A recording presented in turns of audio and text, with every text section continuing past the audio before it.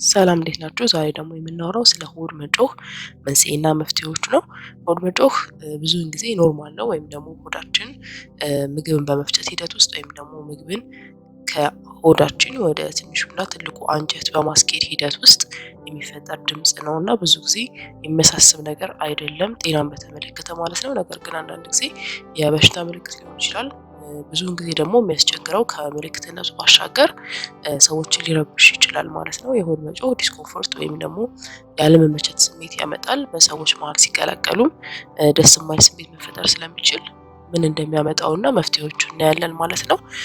ምግብ ከበላን በኋላ በአፋችን ኤሶፋገስ የሚባል ቲዩብ አለ። ምግብን ከአፋችን ወደ ሆዳችን ወይም የሆድ ዕቃ ወይም ወደ ስቶማክ የሚወስድ ማለት ነው። ከዛ በሱ ካለፈ በኋላ ወደ ሆድ ዕቃችን ይሄዳል።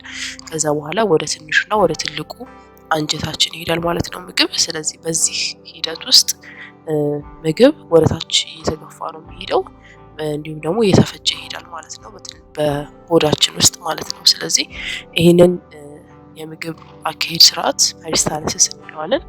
በዚህ መሀል ነው እንግዲህ የሆድ ጩኸት የሚፈጠረው ማለት ነው።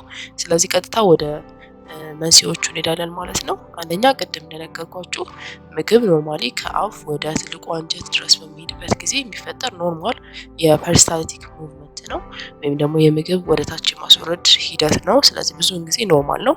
አንዳንድ ጊዜ ግን ተቅማጥ በሚኖርበት ጊዜ ይህንን ፐሪስታልቲክ ሙቭመንት ያልነውን ወይም ደግሞ ምግብ ከላይ ወደ ታች የሚወርድበትን ጊዜ ስለሚያሳጥረው የሆድ መጮህ በደንብ ወይም ደግሞ ብዛት ልንሰማ እንችላለን ማለት ነው።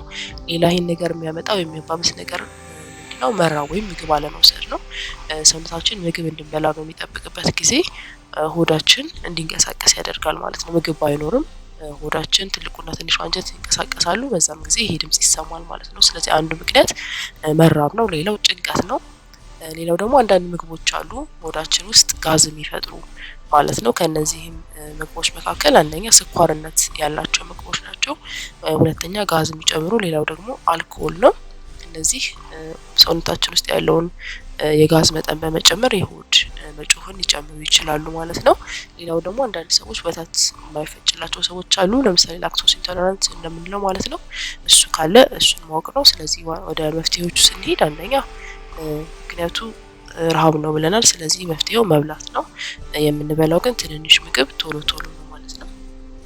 ሌላው መንስኤ እንግዲህ ጋዝ ስለሆነ ይህንን ድምጽ የሚያመጣው የምንበላው ምግብ ቀስ እያልን መብላትና አፍን ዘግቶ ማኘክ ነው። ይህም ወደ ሆዳችን የሚገባውን አየር ይቀንሰዋል ማለት ነው። ሌላው ምክንያት ጭንቀት ወይም ስትረስ ነው ብለናል። እሱን ለማስወገድ መሞከር ነው። ሌላው መፍትሄ ደግሞ ውሃ መጠጣት ነው። ውሃ ሆድ እንዲሞላ ያደርጋል አንደኛ። ሁለተኛ ደግሞ መፈጨትን ያግዛል። የማይፈጩ ምግቦችን ወስደን ከሆነ ምግብ እንዲፈጭ ያግዛል ውሃ። ስለዚህ ትንሽ ውሃ በቀን ውስጥ ግን ብዙ ጊዜ መጠጣትና ሆዳችንን አንደኛ የመሞላት ስሜት እንዲኖረው፣ ሁለተኛ ደግሞ ምግብ በልተን ከሆነ ደግሞ ሞር እንዲፈጭ ያደርጋል ማለት ነው ውሃ።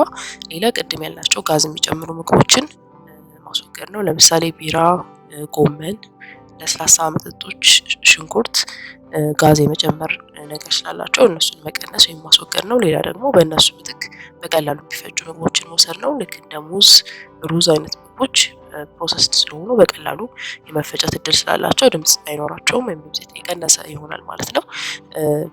ሌላ በሽታ ምልክት ከሆነ ይሄ የሆድ መጮህ ለምሳሌ ተቅማጥ ካለ ወይም ደግሞ ቅድም እንዳልነው የወተት መፈጠጥ ችግር፣ ሌሎች ኢንቶለራንስ የምንላቸው ካሉ እነሱን መታከም ነው።